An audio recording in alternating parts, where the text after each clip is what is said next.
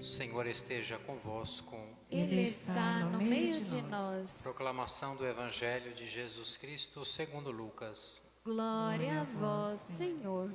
Naquele tempo, Jesus entrou num povoado e certa mulher de nome Marta recebeu em sua casa.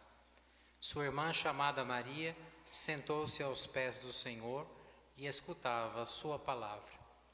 Marta, porém, estava ocupada com muitos afazeres. Ela aproximou-se e disse: Senhor, não te importas que minha irmã me deixe sozinha com todo o serviço? Manda que ela me venha ajudar. O Senhor, porém, respondeu: Marta, Marta, tu te preocupas e andas agitada por muitas coisas. Porém, uma só coisa é necessária. Maria escolheu a melhor parte, e esta não lhe será tirada. Palavra da salvação. Glória a vós, Senhor.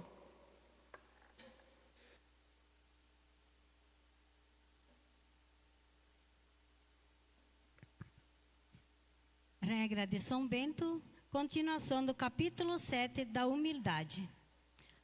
O 10º grau da humildade consiste em que não seja o monge fácil e pronto ao riso, porque está escrito: o estulto eleva sua voz quando ri.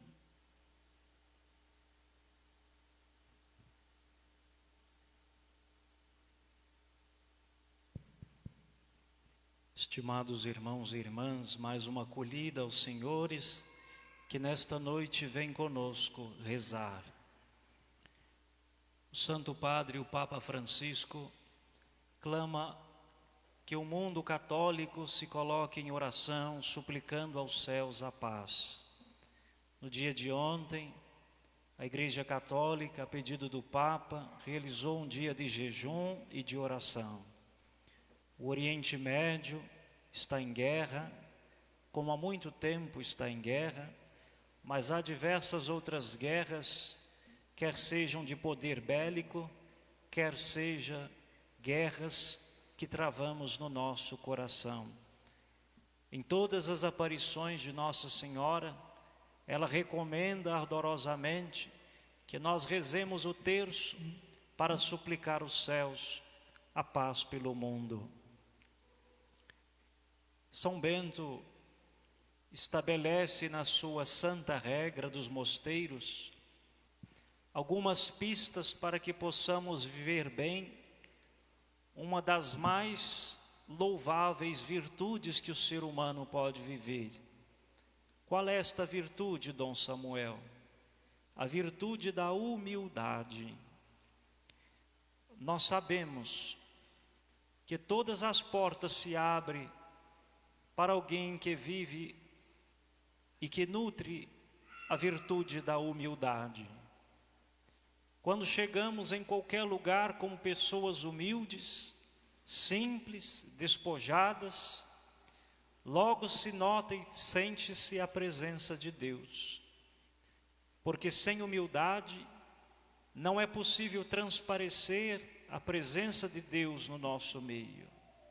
A humildade vence o orgulho, a arrogância e a soberba, e portanto nos coloca no caminho da santidade. E São Bento estabelece alguns degraus da humildade para a disciplina da vida monástica nos mosteiros, e hoje o 10º grau da humildade, segundo o que ouvimos, fala-nos algo muito interessante que parece um pouco estranho. O monge, os monges, na vida monástica, não devem ser ou não devem se dar facilmente ao riso, às risadas, às gargalhadas. Isso, contudo, não significa que precise ser triste ou ficar de cara feia. Mas São Bento é mais profundo na sua reflexão. O monge, a monja, a vida monástica é uma vida de recolhimento, de escondimento. É uma vida de reclusão em Deus, uma vida de sobriedade.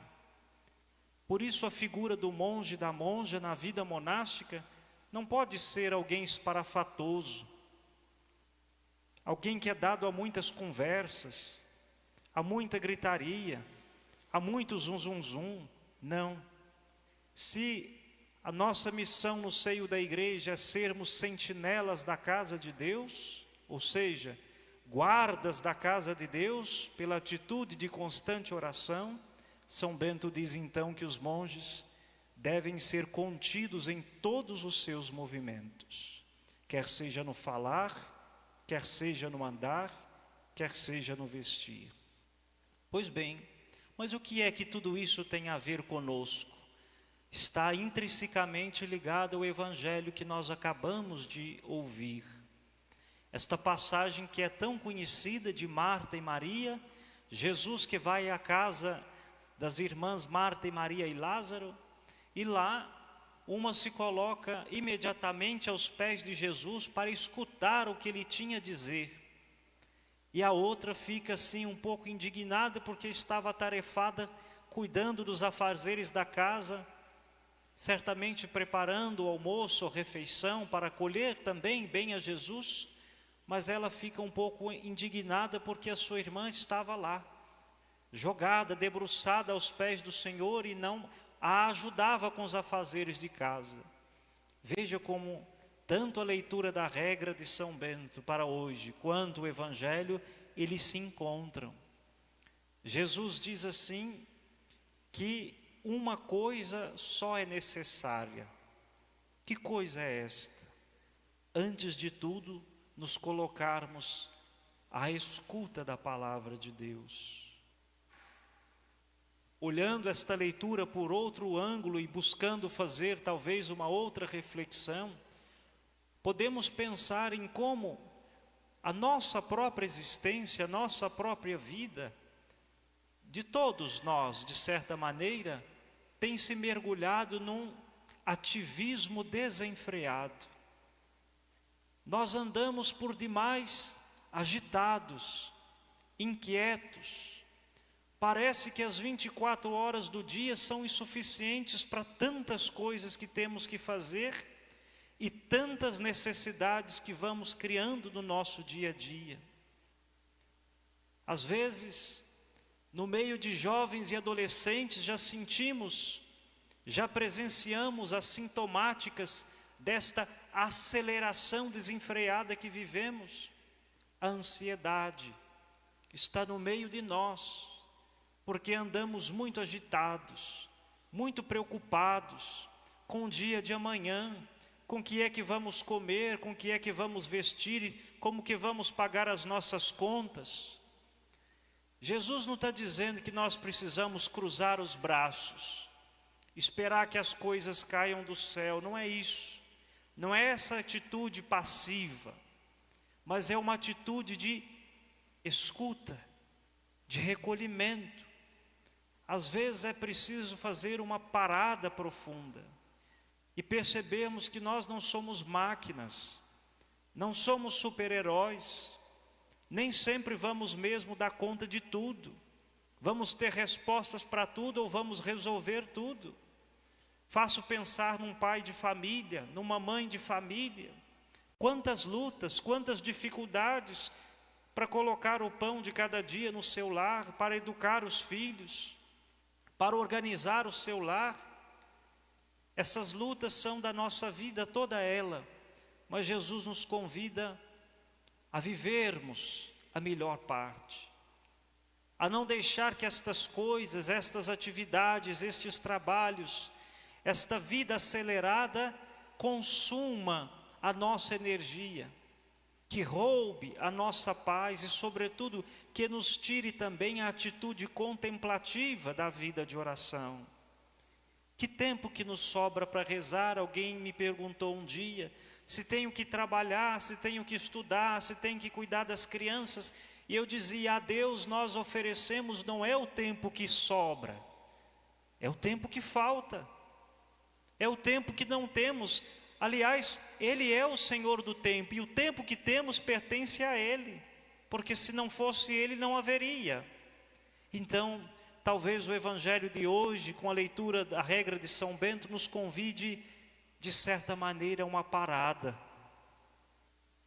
a um silenciar-se. Somente a simples atitude de guardarmos o silêncio faz uma diferença tremenda na nossa vida espiritual e devolve à nossa alma, ao nosso coração, a paz que nós tanto buscamos, somente fechando os nossos lábios, escutando muito mais do que falando. Às vezes temos esse ímpeto de querer falar, de dar respostas, e às vezes, como no Evangelho de hoje, a única atitude necessária é se colocar aos pés de Jesus para ouvi-lo. E nós ouvimos a Deus não é na agitação, não é na vida frenética, nós ouvimos é no silêncio, na contemplação. Por isso parar é tão difícil, por isso fazer silêncio é tão difícil, porque no silêncio nós nos confrontamos também conosco. Grita algo dentro de nós quando nossos lábios se fecham, porque nós estamos com os nossos pensamentos, com as nossas inquietações, com a nossa aceleração. Então este movimento de fazer um pouco mais de silêncio, isso faz muito bem para a nossa alma. É um exercício que eu gostaria de convidar todos os senhores. E na vida da igreja não pode ser diferente.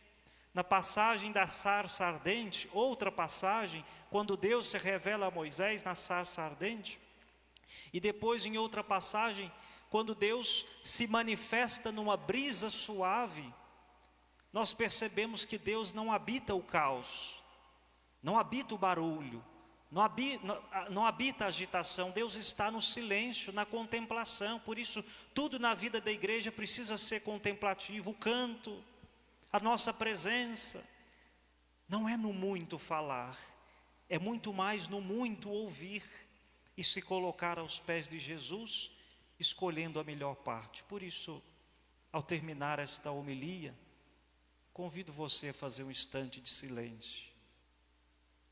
Quantas preocupações passam no nosso coração exatamente neste momento? Às vezes nos impedem de viver até a missa assim, de corpo e de alma, porque já estamos pensando o que será do dia de amanhã. E as Escrituras dizem assim: a cada dia basta a sua preocupação.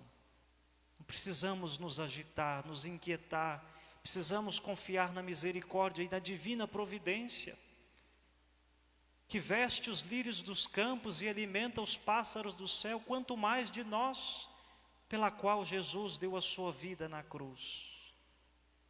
Então, neste instante de silêncio, entregue o teu cansaço, as tuas fadigas, as tuas preocupações no coração misericordioso de Jesus.